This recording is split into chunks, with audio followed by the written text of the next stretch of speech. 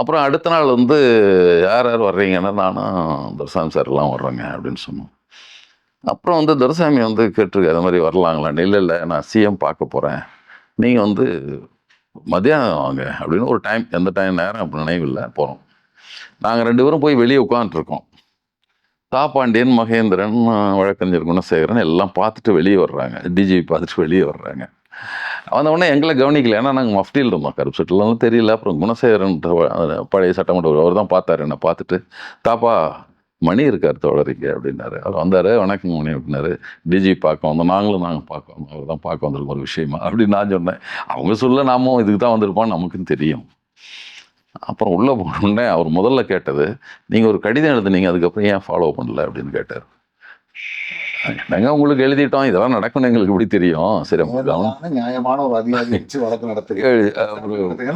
இல்லை, அங்கே வந்து போஸ்ட் பண்ணுங்க, அப்புறம் விசாரிங்கன்னு சொல்கிறோம். அப்புறம் அதாவது அந்த பகுதிக்கே ஒரு நேர்மையான ஆட்கள்லாம் போஸ்ட் பண்ணுங்கன்னு கேட்குறோம், இதையும் விசாரிங்கன்னு கேட்குறோம். இந்த 2 செய்தி தான் எழுதுறோம் அதில். அதுக்கு எதுக்கு என்ன ஃபாலோ பண்ணாமல் விட்டீங்களே அப்படின்னாரு. அது ஒரு பெரிய விஷயமா நான் நினச்சிக்கலைங்க. அது சரி, உங்களுக்கு தகவல் சொல்லியிருக்கோம், அது பாட்டில் இதெல்லாம் நடக்கும் நாங்கள் எதிர்பார்த்தோம்னா திருப்பியும் ப்ரெஷர் கொடுத்துருப்போம். அது எல்லாத்துக்கும் போட்டோம். எஸ்பிக்கு எல்லாத்துக்கும் காப்பி, டிஎஸ்பி உள்ள எல்லாத்துக்கும் போட்டோம் அதை. அதனால் சரி, எல்லாத்துக்கும் போயிடுச்சு, அவ்வளோதான். அது ஒரு பெரிய விஷயமா நாங்கள் எடுத்துக்கல. அப்புறம் மீதியை பார்த்துக்கலாம். அதில் என்ன சிறப்புன்னாங்க, மருத்துவமனையில் நம்மளால் அடிப்பட்டவரும் சேர்த்துறோம் இல்லைங்களா, அதில் அவங்க மகனுக்கு அடிபடுது. எல்லாம் ஹாஸ்பிட்டலில் அட்மிட் பண்ணி தனியார் மருத்துவமனையில் தான் பண்ணணும். கம்ப்ளைண்ட் மட்டும் கொடுத்து தனியார் மருத்துவமனையில் தான் பண்ணுறோம். அவன் மெடிக்கல் ஸ்டோரில் வந்து பிஜேபியினுடைய மாவட்ட அவர் யாருன்னே எங்களுக்கு தெரியாது. அவர் கொண்டு வந்து பணம் கொடுத்துட்டு போயிருக்காரு அங்கே மருத்துவமனையில். ஆமாம், இதில் மெடிக்கல் ஸ்டோரில் ஏதாவதுன்னா நீங்கள் மருந்தெல்லாம் ஃப்ரீயாக கொடுத்துருங்கன்ட்டு திமுகவிட்ட தான் வந்து கொடுத்துட்டு போகிறோம். ஒவ்வொரு கட்சிக்காரனும் கொண்டு தான் அங்கே கொடுத்துட்டு போகிறோம். எங்கிட்ட எவனுமே பேசலை. ஆமாம், அவர் வந்து மருத்துவத்தை நாங்கள் முழு செலவு எதுனாலும் அவங்க நினச்சா ரொம்ப பெருசாக இருக்குமோ தனியார் மருத்துவமனை. எங்களுக்கும் பயம்தான். இந்த ஃப்ராக்சர், விழா எலும்புல ஃப்ராக்சர்னு சொல்லிட்டாங்க. ஆமாங்க, அதுக்காக தான் அங்கே போய் சேர்த்தோம். அப்புறம் டிஸ்சார்ஜ் அப்போ சொல்கிறாங்க, மனம்லாம் செட்டில் பண்ண போனால், இல்லைங்க பணம்லாம் யாரும் கட்டினாங்கன்னா நிறையா பேர் கொடுத்துட்டு போயிருக்காங்க, அது இருக்குங்கன்னாரு. இன்னும் கூட மீதி பணத்தை வாங்கிக்கங்கன்னாரு. இல்லை வேண்டாங்க, நீங்கள் ஹாஸ்பிட்டலில் கட்டிடுங்க, அது போக மீதியை நாங்கள் வந்து பணத்தை கட்டி செட்டில் பண்ணிடுறோம். எங்கிட்டலாம் அது வாங்கலை, நாங்கள் நீங்கள் அங்கே கொடுத்துருங்கன்னு சொன்னோம். அந்த அளவுக்காக எல்லாத்தையும் இருக்குது தவிர எவனும் வெளிப்படையாக வர மாட்டேங்கிறான். பிஜேபிக்காரன் தீகாக்காரனை கொண்டு வந்து கொடுப்பானா பாருங்கள். பிஜேபி மாவட்ட சேரே கொண்டு வந்து பணம் கொடுத்தாரான். அங்கே கொண்டு வந்து ராமச்சந்திரன் எங்களுக்கு ஒருத்தன் எதுக்குறான், பரவாயில்லன்னு நினச்சிருக்காங்க. அந்த அளவுக்கு ராமச்சந்திரன். அவ்வளோதான். ஆமாம். அடுத்த நாள் நாங்கள் ஒரு கண்டன கூட்டம் ராயக்கோட்டையில் போட்டோம். டிஜிபி ஆஃபீஸ் போனோம். அவர் சொன்னார், இல்லைங்க அப்படின்ட்டு. அவர் சொன்னேன், இந்த மாதிரி இல்லைங்க, நேர்மையான நடவடிக்கைகள் எடுக்கப்படும், அதில் நீங்கள் ஒன்றும் பண்ண, எங்களுடைய கூட்டணி கட்சி என்பதால் எந்த இதுவும் இருக்காது, பின்னடைவும் இருக்காது. இதில் நாங்கள் உண்மையானதை நாங்கள் செய்வோம். இல்லை நீங்கள் உண்மையானது போடுங்க, எங்களுக்காக ஒன்றும் போட வேணாம், உண்மையை விசாரித்து போட்டால் போதுன்னா அப்புறம் தொடர்ந்து நாங்கள் பலதெல்லாம் ரேக்கப் பண்ணுறோம். அப்போ தான் இந்த சந்திரசேகரனுடைய கொலையை பற்றி சொல்கிறோம். சந்திரசேகரன் கொலை என்பது வந்துங்க அப்புறம் எப்போ நடந்தது, ஒன்றும் விசாரிக்கவே இல்லை. விசாரிக்கலைன்னா எப்படி நடக்குதுன்னா, நடந்தது. ஆமாம், நடந்தது. அவரை கொன்னதில் தான் இவங்க பிரபலமாகறாங்க. இவங்க அவன் வந்து தெலுங்கு பட மாதிரி வில்லன் மாதிரி தான் இருந்திருக்காரு அவரும். ஆமாம், அவர் ஒருத்தர். அவரை வந்து ரொம்ப அட்டகாசம் தாங்க முடியாமல் தான் இவங்க வந்து இளைஞர்களாக போய் அவரை கொலை பண்ணுறாங்க. ராமச்சந்திரன் அவங்க அண்ணன் எல்லாம் போய் தான் கொலை பண்ணுறாங்க. ஒரே நாளில் மக்களுக்கு ஹீரோ ஆயிடுறாங்க. ஆஹா, அவனை கொண்டுட்டாங்கன்னு 5 ஆண்டுகளில் அவனே பரவாயில்லைங்கிற மாதிரி ஆயிடுறாங்க. அது வேறு, முதல்ல அப்படி ஆயிடுறாங்க. அதில் தான் வர்றாங்க. அந்த வழக்கில் வந்து நேராக பார்த்தவர் ஒரு தம்பி கண்ணில் பார்க்குறாரு அண்ணன் வெட்டுறதை. தம்பி ஐ விட்னஸுக்கு போகிறாரு. நீ சொல்லக்கூடாதுன்னு சொல்கிறாங்க. இல்லை நான் சொல்லுவேங்கிறாரு. அவர் வேறு வேலையாக தான் போகிறாரு. ஒசூர் பஸ் ஸ்டாண்டில் இறக்கி வச்சு வெட்டுறாங்க. அவங்க மனைவி பார்க்குறாங்க, தம்பி இருக்கிறாரு, வெட்டுறாங்க. வெட்டி அவர் கொண்டுட்டாரு. அந்த வழக்கு சாட்சி. அதுக்கு வந்து அவர் டையிங் டிக்ளரேஷனில் சொல்லிடுறாரு. அவர் 4 பேர் 5 பேர் வரை சொல்கிறாரு. ஒன்று வந்து வரகானப்பள்ளி, திம்மேகவுடர் மகன் வரதராஜன், ராமச்சந்திரன் அப்படின்ட்டு இன்னும் பேர் தெரிஞ்ச ஒரு 4 பேர் சொல்லலாம் வந்து தான் வெட்டினானுங்கன்னு சொல்லிடுறாரு. இறந்துட்டார் அவர். இவங்க என்ன பண்ணுறாங்க, அரெஸ்ட் பண்ணுறாங்க எல்லாத்தையும் இவங்க. ஆமாம். ஆனால் ராமச்சந்திரன் மட்டும் இன்னொரு ராமச்சந்திரனை சரண்டர் பண்ணிடுறாங்க. அவர் திம்மேகவுட மகன் ராமச்சந்திரன், வரதராஜன் தான் அண்ணன். வரதராஜன் பேரை முதல்ல சொல்கிறார். அது கரெக்டாக திம்மேகவுட மகன் வரதராஜன் கைது பண்ணிட்டாங்க. அடுத்து ஒரு ராமச்சந்திரன் சொல்கிறார், அவ்வளோதான். அதுக்கு இன்னொரு ராமச்சந்திரன் கூட சரண்டர் பண்ணி அவர் ஜெயிலிருந்து அவருக்கு ஒரு ரேட்டு கொடுத்து வந்துடுறாங்க. இது எங்களுக்கு சொல்கிறாங்க அங்கே, நாங்கள் அதை இஷ்யூ கிளப்புறோம் டிஜிபிட்ட. பாருங்கள் இந்த மாதிரி இருக்குது, இது பண்ணியிருக்கோம். அதுக்கு தொடர்ச்சியாக அதையும் ரீஇன்வெஸ்டிகேஷன் பண்ணணும். இவரை வந்து 10 ஆண்டுகளுக்கு முன்னாடி நடந்தது. ஆமாம், ரீஇன்வெஸ்டிகேட் பண்ணணும் அதை. ஏன்னா வேற ஒருத்தர் கொண்டு போய் போலியாக ஆள் மாறாட்டம் பண்ணியிருக்காங்க. அடுத்து இவரை வந்து இவர் தான் வேட்பாளர், நாகராஜ ரெட்டி, சிபிஐயினுடைய மாவட்ட செயலாளர். அவர் தான் வேட்பாளர். கூட்டணியில் சிபிஐக்கு தான் சீட்டு ஒதுக்குறாங்க. ஆனால் இவர் வந்து சிபிஎம் தான். இவர் ராமச்சந்திரன் அப்போ சிபிஎம்ல இருந்து இவர் இண்டிபெண்டாக நிற்கிறார். கிரானைட் ஓனர்களுடைய செலவு பண்ணுறதுன்னு அவன் சேர்ந்து இண்டிபெண்டாக நிற்கிறார். இவர் வெற்றி பெற்றார். ராமச்சந்திரன் வெற்றி போட்டு போடலன்னா அடி விழும். என்ன பண்ணி வெற்றி பெற்றாச்சு ஆளு. வெற்றி பெற்ற உடனே வெற்றி பெற்ற தேர்தல் நின்று வேட்புமனு அப்ரூவ் ஆன உடனே சிபிஎம் இவரை கட்சி விட்டு நீக்கிறது. கூட்டணி கட்சிக்கு எதிராக வேட்புமனு தாக்கல் பண்ணி கட்சி விட்டு நீக்கிடுறாங்க, சஸ்பெண்ட் பண்ணிடுறாங்க. ஆமாம், வெற்றி பெற்றார். சிபிஐ கட்சியில் சேர்த்துக்குது. நமக்கு ஒரு எம்எல்ஏ அப்படின்னு சேர்த்துக்கிறாங்க அவங்க. சிபிஐ தன்னுடைய கட்சி வேட்பாளரை தோற்கடிச்சவரை அந்த கட்சியை திருப்பி அவர் சேர்த்துக்குது. அவர் இதுதான் நடந்ததுன்னு வச்சுக்கலேன். அப்போ வந்து இந்த இஷ்யூலாம் நம்ம பண்ணுறோம். இந்த மாதிரிலாம் பண்ணியிருக்காரு, ஆள் மாறாட்டம் பண்ணியிருக்காரு, இந்த மாதிரி வேற ராமச்சந்திரனுடைய விட்டுருக்காருன்னு சொல்கிறோம். இந்த மாதிரி நாகராஜ ரெட்டி வெட்டினது. அதுக்கப்புறம் இவருக்கு இதாகி போயிட்டு இவர் அதிமுகவுக்கு போகிறார். இவர் பாதுகாப்பு வேணும் திருப்பி உங்களை பண்ண என்ன பண்ணுறோம், அதிமுக ஆட்சி, அதிமுகவில் போய் சேர்ந்துடுறாரு. அதிமுகவுடைய 100வது நாள், ஆட்சியினுடைய 100வது நாள் விழா ஒன்று நடக்குது. சாதனைகள் என்னமோன்னு ஒன்று நடத்துகிறாங்க. அதுக்கு போய் திரும்பி வர்றப்போ தான் வழியில் வெட்டுறாங்க இவரை. நாகராஜ ரெட்டி. ஆமாம், நாகராஜ ரெட்டி தப்பிச்சிட்டார். காலில் மட்டும் விட்டு தலை மட்டும் விட்டுருக்கு. நீங்கள் பார்த்தீங்களா அவரை? தலை மட்டும் இப்படி தொங்கிட்டு இருக்கும், மற்றபடி ஆள் உயிரோடு தப்பிச்சிட்டார். அவரை வெட்டுறாங்க. அப்போது அந்த வழக்கு இதெல்லாம் நடந்துட்டு இருக்கு. அது மாதிரி நிறைய வழக்கில் ரேக்கப் பண்ணி அந்த கிரானைட்டில் வந்து எல்லை மீறி செஞ்சது, அதுக்கெல்லாம் ஃபைனு 46 கோடி ரூபா சம்திங் எல்லாம் போடுறாங்க. நிறைய நம்ம தொடர்ந்து எது கேள்விப்படுறோம் எல்லாத்தையும் கொண்டு போகிறோம். அரசு வந்து அதை விசாரிக்குது. நமக்கு சட்டபூர்வமாக என்ன பண்ணுவோம், முடிஞ்ச வரைக்கும் பண்ணுறோம், அப்படி பண்ணுறோம். அதுக்கப்புறம் தான் இது நடக்குதுன்னு வச்சுங்களேன். அப்புறம் வந்து இவரே வெற்றிடுறானுங்க. அப்புறம் வந்து வழக்கு விசாரணை வந்து உடனே அவசரமாக கொண்டு வந்து இந்த கோர்ட்லேயே, ஒசூர்லேயே, ஏடிஜி கோர்ட்லேயே முடிக்கணும்னு அவசரப்படுறாங்க அரசு. ஆமாம் ஆமாம். அப்போ வந்து இவர் வந்து நாங்கள் வந்து ஹைகோர்ட்டில் போடுறோம், அங்கே நடக்க வேண்டாம். அவர் ஏற்கனவே சாட்சி இங்கே போனவங்களாம் வெட்டுறாங்க, பஸ் ஸ்டாண்டில் வச்சு கூட வெட்டிருக்காங்க, அந்த வழக்கு தான் வருது. அதில் போனால் எவன் வந்து சாட்சி சொல்லுவான் எங்களுக்கு அப்படின்னு சொல்கிறோம். அவர் ஹைகோர்ட்டில் வந்து இன்ஃப்ளூயன்ஸ் என்ன பண்ணாலும் ஹைகோர்ட் என்ன உத்தரவு போடுதுன்னா, உங்களுக்கு பாதுகாப்பு தரும், அவ்வளோ, சாட்சிகளுக்கு பாதுகாப்பு அளிக்கப்படும், அது உறுதிப்படுத்துகிறோம், நீங்கள் பார்த்துக்கன்ட்டாங்க மாவட்ட.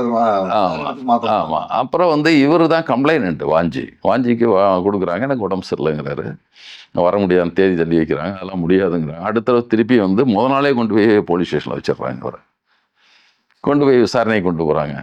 அவருக்கு வந்து ஏன்னா உண்மையிலே அங்கே தூங்காமல் போலீஸ் ஸ்டேஷனில் ஒரு மாதிரி இருந்திருக்குது. அப்படியே உட்காந்துருக்காரு. இன்னும் உடம்பு சரியில்லை போட்டுருங்க, சரி போ அப்படின்னு அனுப்பிடுறாங்க அவரை. ஆனால் கம்ப்ளைண்ட் விசாரிக்காம சாட்சிகள்லாம் விசாரிக்க ஆரம்பிச்சிடுறாங்க.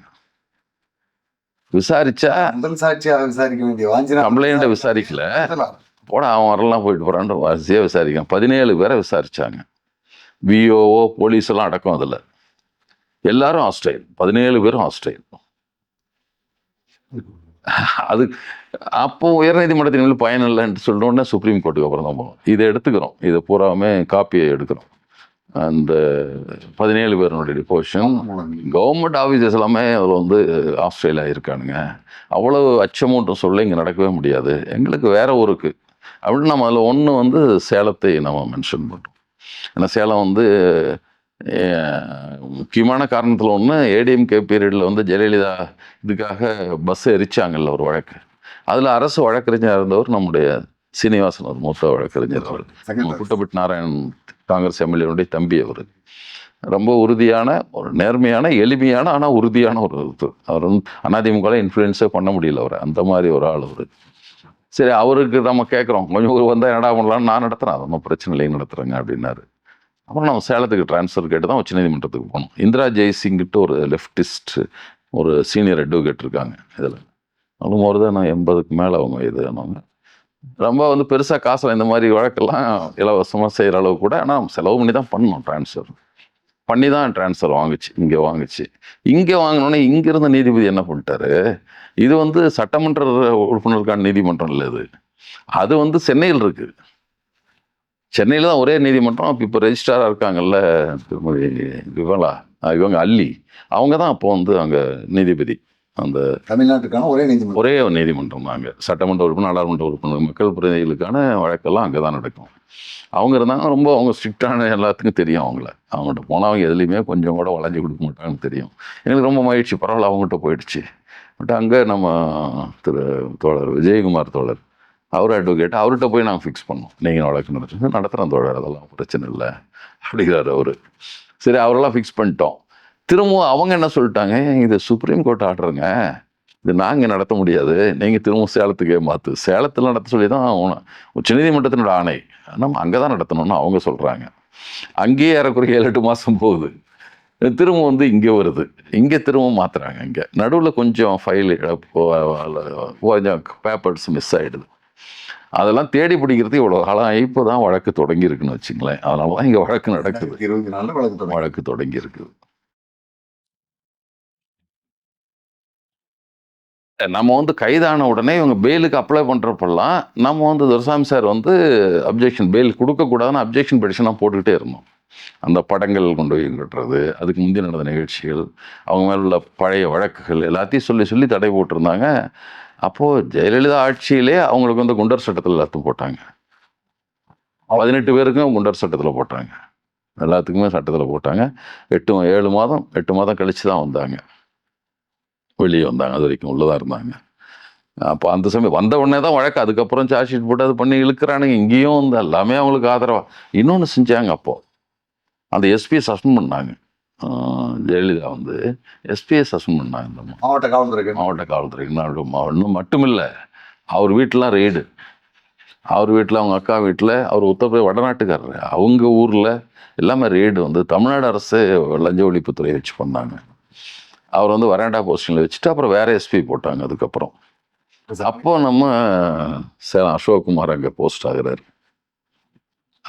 ஆமாம், அவருக்கு அப்புறம் நாமக்கல் எஸ்பியாக இருந்தாங்க கண்ணம்மான்னு ஒருத்தர். அவங்க எல்லாருமே வந்து அணுக முடியாத நேர்மையாளர்களாக இருந்தாங்க. அப்போது அதே மாதிரி விசாரணை எடுத்துக்கிட்ட அதிகாரிகளும் நல்ல அதிகாரிகள் வந்து நல்லா பண்ணாங்க. எல்லாமே ரொம்ப முறையான இதாக கொண்டு போனாங்கல்ல. நம்ம எங்களுக்கு மனம் நிறைவடைகிற அளவுக்கு தான் விசாரணை தான் நாங்கள் புரிஞ்சுக்கிறோம். ஆள் மாறாட்டத்துக்கு உதவி செய்தால் 2 பேர் வந்து குற்றவாளியாக சேர்த்த சொல்லியும் அதில் வந்து அந்த போலீஸ் அதிகாரிகளும் சேர்க்குறாங்க. ஆள் மாறாட்ட வழக்கில் திரும்பவும் வந்து ராமச்சந்திரனை குற்றவாளியாக புது சார்ஜ் ஷீட் போட்டு அதில் வந்து உதவி செய்த ஆய்வாளரும் இவரையும், அவர் டிஎஸ்பியாக இருந்து ரிட்டையர் ஆகிட்டாங்க ஒருத்தங்க, எல்லாத்தையும் அவங்களும் அரெஸ்ட் ஆகுறாங்க. அவங்க மேலே சேர்ந்தா நடக்குது. அவங்க மேலேயும் வழக்கு இருக்குது, அவங்க நடக்குது. அப்படிதான் திரும்பி நடக்குது. இப்போது மாவட்ட நீதிமன்றத்தில் எந்த பிரச்சனையும் இல்லைங்க, இயல்பாக போயிட்டு இருக்குது. ஒன்றும் இது வரைக்கும் அப்படி வரல. வழக்கில் அது வழக்கமாக அப்புறம் குறுக்கு விசாரணை நாள் அவங்க நிறைய வழக்கறிஞர்கள் வர்றது பண்ணுறது. அப்போ வந்து ஒரு சீனிவாசன் சார் வந்து அதுக்கு முடியாத எனக்கு அவர் ரொம்ப இப்போ நடுவுலேயே 7-10 வருஷம் ஆகிடுச்சுல, அவர் ரொம்ப தளர்ச்சி அடைஞ்சிட்டார். இப்போ 80 வயசுக்கு மேலே ஆகிடுச்சு. எனக்கு ரொம்ப ஞாபகம் இருக்கு. என்னால் தனியாக நின்று பண்ண முடியாது. ரத்னம் தோழர், நான் வேணா கூட இருக்கேன் தோழர், இப்படி ரத்னம் தான் அது முழுக்க பண்ணிட்டு இருந்தார். தோழர் தான் உச்சநீதிமன்றத்துக்கு போனாலும் அவர் தான் போய் எல்லாம் பண்ணார். நம்ம நாமக்கல் அவர் தான் பண்ணார். அவருக்கும் வயது மூப்பு இல்லைங்க, அவருக்கும் வயது மூப்பு ஆகிட்டு இருக்கு. ஆமாம், அவர் இப்போ படுக்கையாக இருக்கார், வர முடியல, வழக்குக்கெல்லாம் வர முடியல. சும்மா போய் பார்த்துட்டு இருக்கோம், அவ்வளோதான். அவர் வர முடியல. ஏன்னா எவ்வளோ ஹார்ட் ஆகிடுச்சு இல்லைங்களா. அதனால் இப்போது வந்து 13 வருஷம் ஆயிடுச்சு. எல்லாருக்கும் அந்த வயசு 13 வருஷம் அதிகமாயிரும்ல. விசாரணைக்கு கொண்டுட்டு வரதே இவ்வளோ நாள் ஆயிருக்கு. ஆமாங்க. இப்போதான் இப்போ வந்து சாட்சிகள் விசாரிச்சுருவாங்க. வேகமாக போயிட்டுருக்கு. தேவையற்ற சாட்சிகள் நிறையா இருக்குது, அதெல்லாம் விட்டுட்டு தான் நம்ம நடத்திட்டு இருக்கோம். சரியா போயிட்டு அதே நல்லா தான் போயிட்டுருக்கு. இது வரைக்கும் வேடியப்பன் பேசும்போது இந்திய கம்யூனிஸ்ட் சார்பாக எங்கிட்டையும் சிலர் வந்து பேசுனாங்க, மணியன்கிட்டையும் இந்த வழக்கை கொஞ்சம் கண்டுக்காமல் விட்டுருக்கேங்க மாதிரி ஏதோ பேச. இல்லை, எனக்கு அவர் வழக்க விட்டுருங்கன்னு இல்லை. அதாவது நான் சொன்ன பாருங்க, கலீல் ஒருத்தர், வாஞ்சியினுடைய நண்பர், அவர் 2 பேரும் தான் ரியல் எஸ்டேட் பண்ணிட்டு இருந்தாங்க. அதில் வந்து இவங்க மொத்தமாக வாங்கின நிலத்தில் ஒரு குறிப்பிட்ட நிலம் அவர் பேரில் ரெஜிஸ்டர் பண்ணிட்டுருக்காங்க. அப்போது பழனியும் கலியனும் வாங்கின இடத்துல இல்லை, பழனி வாஞ்சிநாதன் அவருடைய மகனும் அவர் வாங்கின நிலத்தில் பழனி பேரில் அவர் முடிஞ்ச வரைக்கும் அவர் ஒரு இதான ஆளுங்க. எதையும் உதாரணத்துக்கு எங்கள் பஸ்லேயே தோங்குறேன்னு ஒரு கார் வாங்கி கொடுத்துருக்காரு, மாருதி கார். ஒரு ஆளை போட்டு டிரைவரும் போட்டு போயிருக்காரு. நம்ம மாறணும் என்னமோ அப்போ வந்து வழக்கு செலவுலாம் காசு இல்லைன்றிருக்காரு. அங்கேயே காரை வித்துட்டு 2 பேரும் பஸ்ஸில் வந்துட்டாங்க. அவருக்கு பணத்தை கொடுத்துட்டு பஸ்ஸில் வந்துட்டார் அவரு. பழனி. பழனி அந்த மாதிரி தோழர் அவரு. அது என்னன்னா என்ன தோழர் பண்ணுறது, கார் என்ன தோழர் அலைகிறார் ராத்திரி போகலாம் பண்ணுறது. தோழர் கார் வாங்கி கொடுத்தோம் தோழர். ஒரு 15 நாள் தான் தோழர். ஏதோ தோழருக்கு செலவுக்கு இல்லை, வழக்கு நடத்த முடியலன்னு காரை விற்று பணத்தை கொடுத்துட்டு டிரைவரையும் கூட்டி பஸ்ஸில் வந்துட்டார் தோழர். நான் என்ன தோழர் பண்ணிட்டோம் அப்படின்னு. அந்த மாதிரி ஆள். வாங்கி கொடுத்தாங்க, அப்பா விட்டு வந்தாரு. ஒரு நிலம் ஒன்று அவருக்கு இந்த ஒரு ஊர் வந்து இங்கே போச்சம்பள்ளி பக்கம், அங்கே தான் சந்தூர். அங்கே வந்து அவருக்கு நிலம் இருக்குது. அங்கே இருக்கிறது வந்து மனைவி நிலம் அது. அவங்க மாமனார் வந்து இல்லை இங்கே தான் இருக்கணும் வற்புறுத்தினால போய் அங்கே இருக்காரு அப்படின்னு சொல்லி நாம நிலங்கள்லாம் இங்கே தான். அது ஒரு 10 ஏக்கர் வித்தரலாம் அப்படின்னு முடிவு பண்ணுறாங்க. அது அவர் இருந்தப்போ இன்னைக்கு வந்து 15 வருஷத்துக்கு முன்னால் சரி ஒன்றா வித்துடுறாரு. 10 ஏக்கரை வந்து எங்கிட்ட சொல்லிட்டோம் வித்துட்டோம் தோழர். அந்த நிலத்தை அங்கே வச்சுட்டு என்ன பண்ணுறோம், அதில் மீதி நிலமட்டுக்கிட்டு அந்த நிலத்தை வித்துட்டோம்னா அது சதுரமான நிலங்க. அது 10 ஏக்கரும் ஒரே ஸ்கொயராக இருக்கும். அவன் எங்கள் மரும சீனு இருந்தார். அவர் சொன்னார், ஏங்க அவரு தான் அங்கே தானே பாலிஷிங் வீட்லாம் இருக்குது பக்கத்து தான். ஏங்க தோழர் அங்கே 15 லட்ச ரூபா போகுது தோழர் ஏக்கர், நீங்கள் தோழர் 10க்கு விற்றீங்க அப்படிங்களா அப்படின்னாரு. தோழர் இல்லை அட்வான்ஸ்லாம் வாங்கிட்டேனே அப்படின்னாரு. எவ்வளோங்க அட்வான்ஸ் வாங்கினீங்கன்னா 5000 ரூபா வாங்கியிருக்காரு. அது ஏங்க என்னங்க 1 கோடிக்கு விற்றுட்டு 5000 ரூபா அட்வான்ஸ் வாங்குறது, 5 லட்சம் வாங்கியிருந்தா கூட பரவாயில்ல, 5000 ரூபா வாங்கிருக்கு என்ன தோழருது. நீங்கள் ஒன்று செய்யுங்க, நான் சொல்கிறேன் 5-10 லட்சம் வாங்க 10,000 திருப்பி கொடுத்துருங்க, விற்க வேணாம், இல்லைனா வேற திருப்பி பேசி விற்போம். இவர் சொல்கிறாரு சரிங்க தோழர் உங்களுக்கு வந்து 13 லட்சம் உறுதி நான் வேலை பார்க்கறதுக்கு, அதுக்கு மேலேன்னா வந்து என்னமோ இருக்கட்டும், 13க்கு நான் விற்றுறேன் தோழர் உறுதி, ஆனால் 15க்கு மேலே போகணும்னு நம்பிக்கை இருக்கு எனக்குன்னு சொல்கிறாரு. அப்புறம் அவர் இல்லை அட்வான்ஸ் வாங்கி ஏங்க 5000 கொண்டு 10,000 கொடுத்துருங்க அவனுக்கு. ஒன்றும் அக்ரிமெண்ட்லாம் எழுதலை வாயில். திருப்பி அடுத்த மாதம் வர்றப்ப என்ன தோழர் ஆச்சு, விற்றுட்டேன் தோழர். எவ்வளோக்கு விற்றீங்கண்ணா, அவருக்கே கொடுத்துட்டோம் தோழர்னார். ஏங்க அண்ணா எங்கள் கை நீட்டு அட்வான்ஸ் வாங்கிட்டோம், 5000 ரூபா வாங்கிட்டேன், என்னங்க பண்ணுறது அப்படின்ட்டாரு. அதே விற்றுட்டு வந்துட்டாரு. அதோட விற்றுட்டு வந்திருந்தாலும் பரவாயில்ல, 1 கோடி கையில் வாங்கிட்டு இருந்தாலும் பரவாயில்ல, அவங்க தம்பி கொஞ்சம் கஷ்டமாக இருக்குதுன்னாராம். அவருக்கு ஒரு 15 லட்சத்தை கொடுத்துட்டு இங்கே வந்துட்டார். நான் வாங்கிக்கிட்டு கேட்டேன்னா தோழர் திருப்பி லேண்டுக்கிட்ட வாங்குறீங்களா, 1 கோடிக்கு விற்றுருக்கீங்க. தோழர் 1 கோடி சொல்லாதீங்க. ஏங்க 1 கோடி தான் சொன்னார் அப்படின்னு. வாங்கினதெல்லாம் 1 கோடி தான், எங்கள் சித்தப்பாவுக்கு 15 லட்சம் கொடுத்து வந்துட்டார் கஷ்டப்படுறான்ட்டு வந்துட்டார். என்ன தோழர் இப்படிலாம் பண்ணால் என்ன தோழர் நான் பண்ணிட்டு, நீங்கள் வேறு உங்கள் ஆள்கிட்ட சொல்லுங்க தோழர் அப்படின்னாரு. அந்த மாதிரி ஆள் இவருன்னு வச்சுங்களேன். அவனுக்கு பெருசாக பணத்தெல்லாம் மதிக்க மாட்டார் அந்த மாதிரி ஆள் அவர். இப்போ அந்த மாதிரி ரியல் எஸ்டேட் வாங்கினாலும் நிலம் வாங்குறாங்க, நிலம் அவரு பேர் ரெஜிஸ்டர் பண்ணிடுறாங்க. ஏன்னா இவர் பேரில் எல்லாத்து பேர்லையும் ஒன்று பண்ணிக்க தானே, அந்த பவர் ஆஃப் அட்டர்னி தான் வாங்குவாங்க வழக்கமாக, அவர் பேரில் இருக்கு, அவர் டிரான்ஸ்ஃபர் பண்ணிக்கிறார். இந்த வெளியே வந்ததுக்கப்புறம் இந்த கலியில் என்ன பண்ணுறாரு, வந்து வாங்க அந்த பணத்தை நான் கொடுத்துட்றேன், அந்த மீதி பணத்தை கொடுத்துட்றேன், அதுக்கான பாதி பணத்தை கொடுத்துட்றேங்க. சரி இவர் வந்து போகிறார். வாஞ்சியும் நம்ம கிருஷ்ணன் நம்ம தோழர்லாம் போகிறாங்க.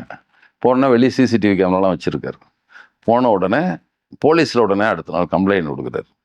என்ன வந்து தாக்க வந்தாங்க, நீ வந்து கொலை பண்ணிட எங்கள் அப்பனை அடிக்க வந்தாங்கன்ட்டு. அதுக்கு வந்து சாட்சியாக சிசிடிவி கேமரா கவரேஜ் எல்லாம் என் வீட்டுக்குள்ளே வந்தாங்க. எதுக்கு, நான் எங்களுக்கும் கொலை வழக்கு என் மேலே கொடுத்து நடந்துட்டு இருக்குது, எங்கள் வீட்டுக்கு வரந்தோ மிரட்டுறாரு அப்படின்ட்டு.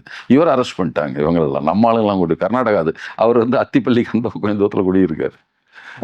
ஆமாம், அதனால் கர்நாடகா போலீஸ் வந்து அரெஸ்ட் பண்ணுது. நம்ம ஆளுங்கெல்லாம் கூட்டிகிட்டு போயிடுச்சு கொண்டு போய். திரும்பி அந்த மாதிரி ஆளுங்க அவங்க. அந்த பணத்தை கொடுத்துட்றேங்கிறாருங்க அப்படின்னு தான் என்கிட்ட சொன்னாங்க. அவர் கொடுத்துட்றாங்களே அந்த பணத்தை அப்படின்னா வந்து நீங்கள் வந்து அவருக்கு ஃபேவர் பண்ணணும், பணத்தை கொடுத்துறாரு. ஏங்க அவர் வந்து கொடுக்க வேண்டிய பணத்தான் கொடுக்குறாரு. அதுவும் வழக்கெல்லாம் சந்தித்து ஏமாற்றிட்டு முடியலன்னா இப்போ எதாவது தப்பிக்கலாம்னு, அதெல்லாம் முடியாதுங்க. அவர் சொன்ன இவர்கிட்ட தோழர் பணம் கொடுக்கலாம்னு சரி அதெல்லாம் வேணாம் அப்படின்னு தான் சொன்னார் இவர். நானே முதல்ல சொல்லிட்டேன், என்ன தோழர் கொடுக்க வேண்டிய பணத்துக்கு இதில் என்னங்க பேசுது பஞ்சாயத்து, இதில் கொடுக்க வேண்டிய பணத்தை யார்கிட்ட சொல்லி கொடுத்துட சொல்லுங்க, வெளியே தான் இருக்காரு, அங்கே 2 பேரை வச்சுக்கிட்ட பாருப்பா அந்த பணத்தை கொடுத்துட்டேன் அப்படின்னு ஒரு ரெக்கார்ட் பண்ணிக்க சொல்லுங்கள், சர்டிஃபிகேட் வாங்கிட்டு இது வாங்கிக்கிங்க சொல்லுங்கள், எதுக்கு நீங்கள் இதெல்லாம் பேசிகிட்டு இருக்கீங்கன்னு. அப்படி தான் பேசினாலே தவிர வழக்குக்குன்னு சொல்ல. அவர் இந்த மாதிரி இறங்கி வர்றாருங்க, கொஞ்சம் ஃபேவராக வந்து இருக்கும் நினச்சிட்டு வர்றாருங்க, அப்படின்னு நினைக்க வேணாம். கொடுக்க வேண்டிய காசு இவர் கொடுக்கலாம், நாசமாக போதுங்க, அவன் கொடுக்கலாம் போயிட்டு போகிறான். ஆனால் அதுக்கெல்லாம் நான் வந்து இது அதுக்கே வேண்டாம், அந்த பேசி கொடுக்குன்னா எனக்கு வேண்டாம். அவன் சும்மா வீட்டுக்கு கொடுக்குறேன்னு வர சொல்லிட்டு கூட வழக்கு கொடுத்தவன், அவன் எப்படி இருப்பான் அவன் அப்படின்னு மாதிரி அவர் சொன்னார். அதுதான் மற்றபடி நம்மகிட்ட அந்த செய்தி அவருக்கு ஏதாவது தெரிஞ்சிருக்கணும், சொல்லியிருப்பான் அப்படின்னு நினச்சிட்டார் அவர். ஏதோ இதுக்கு வழக்குக்காக பேசியிருப்பாங்க போட்டிருக்கணும், அப்படி பேசலை. எனக்கு இந்த பணத்தை கொடுக்குறாங்கிறாங்க, ஒருவேளை ஆ. இந்த உடன்பாடு வந்துருந்தா அப்போ அதோட கூட ஏதாவது பேசலாம்னு நினச்சிருந்துருக்கலாம். சரி கொடுத்துட சொல்லுங்க, அதுக்கு நான் எதுக்குங்க, நான் எதுக்கு வரணும்? அவர் கொடுக்க வேண்டிய பணத்தை கொடுங்க. முதல்ல இப்படி பண்ணான்னு சொல்கிறார், அவங்க வீட்டுக்கு போக மாட்டாங்க, யாரு அங்கே போய் வாங்கிக்க மாட்டாங்க, ஏன்னா முதல்ல வழக்கு கொடுத்துருக்கான் அந்த ஆள். அதனால் எங்கேயாவது ஒரு இடத்துல வச்சு சொல்லுங்கள், 2 பேரை வச்சு விட கொடுக்க சொல்லுங்கள், இல்லை டாக்குமெண்ட் ரெக்கார்ட் பண்ணிக்க சொல்லுங்கள், எது வேணாலும் பண்ணிக்க சொல்லுங்கள்.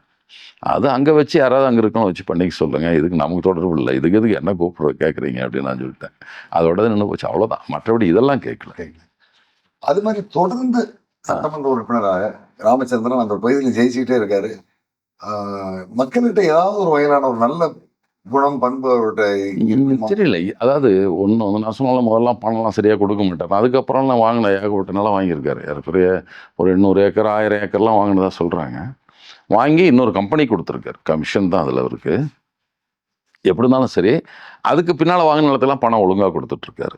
அப்புறம் அவரோட சிறப்பம்சம் என்னன்னா, அந்த ரோடுகள்லாம் அவர் தான், அங்கே யாரும் செய்யக்கூடாது, ஆனால் குவாலிட்டியாக செய்வாங்களாம். வேலை வேற யாரும் போயிட்டு குவாலிட்டியாக தான் செய்கிறாருன்னு அப்படி தான் சொல்கிறாங்க, நான் கேள்விப்பட்ட வரைக்கும். அந்த அதில் வந்து குறையாக இருக்கும் சொல்ல. ஆனால் பஸ்ஸு மட்டும் 8 மணிக்கு மேலே அந்த பக்கம் எந்த பஸ்ஸும் வராத மாதிரி வச்சுருக்குறாங்க. அது போக்குவரத்துறையே வச்சுருக்கா இல்லை இவர் நிறுத்தி வச்சுருக்காருன்னு நமக்கு தெரியாது. எந்த அந்த ஊருக்கு பொதுக்கூட்டங்களே அங்கே வந்து 7 மணிக்கெலாம் முடிஞ்சிடும் தோழர். நான் 5 மணிக்கு ஆரம்பித்து 7 மணிக்கு கூட்டம் முடிஞ்சிடும். 4 மணிக்கு ஆரம்பிப்போம், இல்லை 7 மணிக்கு முடிஞ்சிடும். அப்படி தான் கூட்டங்கள் எப்போ இல்லை எப்போவுமே எல்லா கூட்டங்களும் அப்படி தான் நடக்குது வழக்கமே. அவங்க கம்யூனிஸ்ட் கட்சி கூட்டமும் அப்படி தான். ஏன்னா மக்கள் போகிறதுக்கு வேறு வழி இல்லையே, திரும்பி போக முடியாது, பஸ் இல்லையே வெளியே போகிறதுக்கு. அதனால் 7 மணிக்கு முடிஞ்சால் தான் 8 மணிக்குள்ளே பஸ் ஏறி வெளியே போகலாம். அப்படி தான் இருக்குது. இப்போ எப்படி இப்போ மாறின மாதிரிலாம் இப்போவும் தெரியல எனக்கு. அதே நிலை தான். ஆனால் மக்களுக்கு இருக்கான அவரை எதிர்த்து நிற்கிற அளவுக்குலாம் அங்கே மக்கள் யாருமே இல்லை. அதான் முக்கியமாக. ஆனால் எதிர்க்கிறவங்களுக்கு ஆதரவாக நிற்கிறதுக்கு இருக்கிறாங்க. காயம்பட்டவங்களுக்கு மருத்துவ சிகிச்சை கொடுக்குறாங்க, அதெல்லாம் பண்ணுறாங்க. பொதுவாகவும் மக்கள் வந்து ஆதரவாக இருக்கிறாங்க. ஆனால் இன்னொரு வேடிக்கையான சொல்லணும், எப்படி இருக்குன்னா அவங்க நிலை அங்கே. நாங்கள் கிளைக்கழகங்கள் ஒரு இடத்துல புதுசாக தொடங்குறாங்க.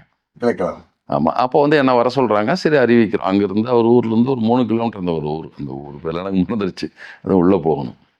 போனால் நம்ம கொடிக்கும்போது கொடியேற்றத்துக்காக என்னை கூப்பிட்றாங்க 2 இடத்துல. விஸ்வ இந்து பரிஷத்து கொடியும் எடுத்து பறந்துக்கிட்டு இருக்குது. என்னங்க இதுக்காக வந்து நம்ம கட்சிக்கு வந்திருக்காரா அப்படின்னாரு. அதெல்லாம் ஒன்றும் இல்லைங்க, நம்ம தொடங்குறோன்னே அவங்க கம்யூனிஸ்டுக்காரர் இந்த கொடியை போட்டிருக்காங்க இங்கே அப்படின்னாரு. யாருங்க இங்கே யாராவது இல்லைங்க, கம்யூனிஸ்ட் செயலாளர் தான், விஸ்வ இந்து செயலாளர் அவர் தான். 2 இடத்துலையும் ஏற்றுறாங்க விஸ்வ இந்து பரிஷத் கொடியை. நம்ம வந்து கிளைக்கழகம் தொடங்க போகிற 2 இடத்துலையும், கொடியேற்ற போகிற 2 இடத்துலையும் முன்கூட்டியே முத நாள் ஏற்றிருக்கிறாங்க. யாருன்னா கம்யூனிஸ்ட் கட்சி செயலாளர் தான், அதுக்கும் செயலாளர் விஸ்வ இந்து பரிஷத்துக்கும். இப்படி தான் இருக்குது அவங்களுடைய நிலை அங்கே. அவங்களுக்கு தெரியாது, ஒன்றும் தெரியாது. எம்எல்ஏ சொல்லிட்டாரு ஏற்றிடலாம், அவ்வளோதான். எந்த கட்சி கொடியாக இருந்தாலும் அதெல்லாம் இந்த தீக்கா வருது, இங்கே நம்ம ஊருக்கு வருது, சரி நமக்கு எதிர்ப்பு காட்டி ஆகணும் அப்படின்ட்டு அவங்க ஒரு கூட்டத்தை வச்சுக்கிறாங்க. நாங்கள் மக்கள்லாம் வர்றாங்க, அங்கெல்லாம் அந்த இடங்கள்லாம் பொதுக்கூட்டங்கள் நடந்ததுனாங்க, நல்ல கூட்டம் வர்றாங்க. இப்போ கூட ஒரு ஊரில் இருதுக்கோட்டைன்னு ஒரு ஊரில் ஒரு கூட்டம், அதுவும் பகலில் தான் நடக்குது. கொஞ்சம் முன்னாலே போட்டாங்க, நல்லா வந்து சாமியானா பெருசாக போட்டு. ஏறக்குறைய அன்னைக்கு கூட்டத்தை வந்து 700-800 பேர் வந்திருப்பாங்க கூட்டத்துக்கு. இந்த காலகட்டத்தில். ஆமாங்க, 800 பேர் வந்திருக்காங்க. ஊர்வலமா கூட நான் அங்கேருந்து முன்னாள் அழைச்சிட்டு வந்து ஏங்க இதெல்லாம் நான் இல்லைன்னு வச்சு அங்கே வச்சு கூட்டம், பொதுக்கூட்டம். இவ்வளோ பேர் வந்து உணவு எல்லாத்துக்கும் அப்படியெல்லாம் செய்கிற தொடர்கள் இதாகவும் இருக்கிறாங்க.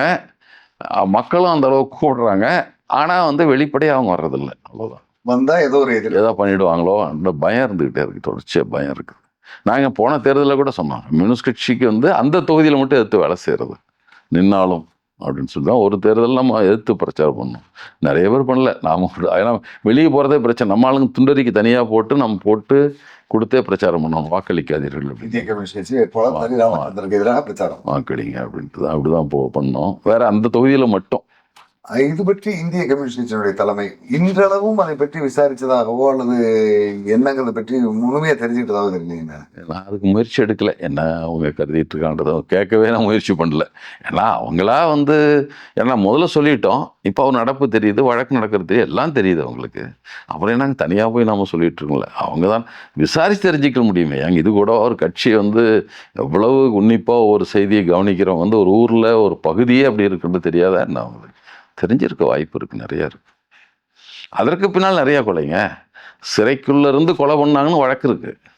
சிறைக்குள்ளே இருந்தே கொலை இந்த பண்ணியிருக்காங்க. கட்டத்தில் உள்ள இருந்தாரு. அப்போவே வந்து பண்ணி அதில் வந்து எல்லா இதுவும் இருக்குது. அந்த கம்ப்ளைண்ட் கொடுத்தவர் அவரும் உள்ள சிறையிலேருந்து வந்தவர் வெளியே. அப்போது பின்னால் வந்தவர் அவர் ஏதோ லீக் பண்ணிட்டாரு, அவர் கொலை பண்ண போகிறாங்கன்னு பயந்துக்கிட்டு அங்கேருந்து கூப்பிடுறாரு. நம்ம தோழர்கள் நாங்கள் வரல, வேணால் போலீஸ் சொல்கிறோங்கிறாங்க. போலீஸ் போய் தான் அவர் கூப்பிட்டு வந்தது அவரை. அதில் வந்து அவர் கொடுத்த ஸ்டேட்மெண்ட்டில் எந்த மொபைல் நம்பர்லேருந்து பேசுனாங்க, எந்த மொபைல் நம்பருக்கு செய்தி சொன்னாங்க, யார் அங்கே போய் கொலை பண்ணாங்கலாம் ஸ்டேட்மெண்ட் கொடுக்குறாரு. ஃபுல்லாக கொடுத்துருக்காரு. சிறைக்குள்ளேருந்து பண்ணாங்கன்னு. அப்புறம் அப்போ நிறைய தோழர்கள் செத்துருக்காங்க, வெளியே வந்து நின்று இருக்காங்க, சிறைக்குள்ள இருந்தப்போ நடந்திருக்குது. ஆனால் அது சிறைக்குள்ள இருந்தவங்களும் திருப்பி அக்யூஸ்ட் ஆகியிருக்காங்க வழக்கில். ஆனால் கட்சி வந்து இதெல்லாம் தெரியாமல் இருக்குமா என்ன கட்சிக்குங்க? அது இந்த குற்றவாளிகள் நிறைய பேர் கிளை செயலாளர்கள், ஒன்றிய செயலாளர்கள், கம்யூனிஸ்ட் கட்சியில் இருக்கவங்க தான். இதில் நிறைய இந்த 18 குற்றவாளிகள் நிறைய பேர் அவங்க தான். இதெல்லாமா கட்சிக்கு தெரியாது? ஒருவர் மட்டும் அதை அவங்க தான் முடிவு பண்ணணும். கட்சி தான் அதை விசாரிக்கணும். அவங்க கவனத்துக்கு போயிருக்கா இல்லையா, இல்லை அவங்க கவனத்துக்கே போகாமல், ஏன்னா இவங்க மாவட்ட செயலாளரும் இருக்கலாம், அதெல்லாம் நிறுத்திடுறாங்களா, அது நமக்கு தெரியாது. ஆனால் அவங்க விசாரிக்க முடியும். நம்ம வந்து ஏற்கனவே சொல்லியிருக்கோம், விசாரிக்க முடியும். அதுக்கப்புறமா தெரிஞ்சுக்கணும். எப்படியும் மற்றவங்க எதிர்கட்சிகளாவது பேசுவாங்கல்ல, அது கூட அவங்க கவனத்துக்கு போகாமல் இருக்கும், போயிருக்கும். இது தொடர்ந்து இப்போ நடந்துகிட்டு இருக்கிற வழக்கினுடைய தீர்ப்பு இன்னும் சில நாள்கள் முடிகிற அளவுக்கு வந்துட்டு இருக்கேன். இல்லை, இதெல்லாம் மறுபடியும் 1 மாதத்துக்கு மேலே ஆகிடுன்னு நினைக்கிறேன். இன்னும் சாட்சிகள் வந்து நமக்கு ஒரு 30 சாட்சிகள் இருக்காங்க இந்த பழனி வழக்கை பொறுத்த வரைக்கும். அது அநேகமாக இவர் வழக்கு பக்கம் முடிஞ்சிடும், சந்திரசேகர் வழக்கு பக்கம் முடிஞ்சிடும். இதுக்கு வந்து 30 சாட்சிகள் நான் இருக்கிறேன். அவங்க வந்து நம்ம ஏதாவது வழக்கில் கூட போடணும்னு சொன்னாங்க, நம்மளும் போய் உடனே ட்ரையலை சீக்கிரம் நடத்தி முடிக்கணும் அப்படின்னு கூட போடலாம். எவ்வளோ நாளைக்குங்க இந்த வழக்கு? 12 வருஷம் 13 வருஷம் ஆகிடுச்சு, 13-14 வருஷம் ஆகுது, இன்னுமா போயிட்டுருக்குது அப்படின்ட்டு. நான் டைரக்ஷனுக்கு போனால் இவங்களுக்கு ஒரு வருத்தமாக இருக்கும். இது எதுக்கு வேணாம் விடுங்க, அது பாட்டில் நடக்கட்டும், கிட்டத்தட்ட வழக்கு நடக்கட்டும். நம்ம வந்து சொல்கிறோம், நம்ம முடிஞ்ச வரைக்கும் சட்டப்பூர்வமாக சரியாக நடத்துறதுக்கு முயற்சி பண்ணுவோம். அதில் ஏறக்குறைய சாட்சிகள் நல்லா தான் சொல்லியிருக்காங்க எல்லாம். பார்ப்போம் என்னான்ட்டு, எப்படி நீதிமன்றம் முடிவு பண்ணதுன்னு பின்னால் தான் தெரியும் நமக்கு.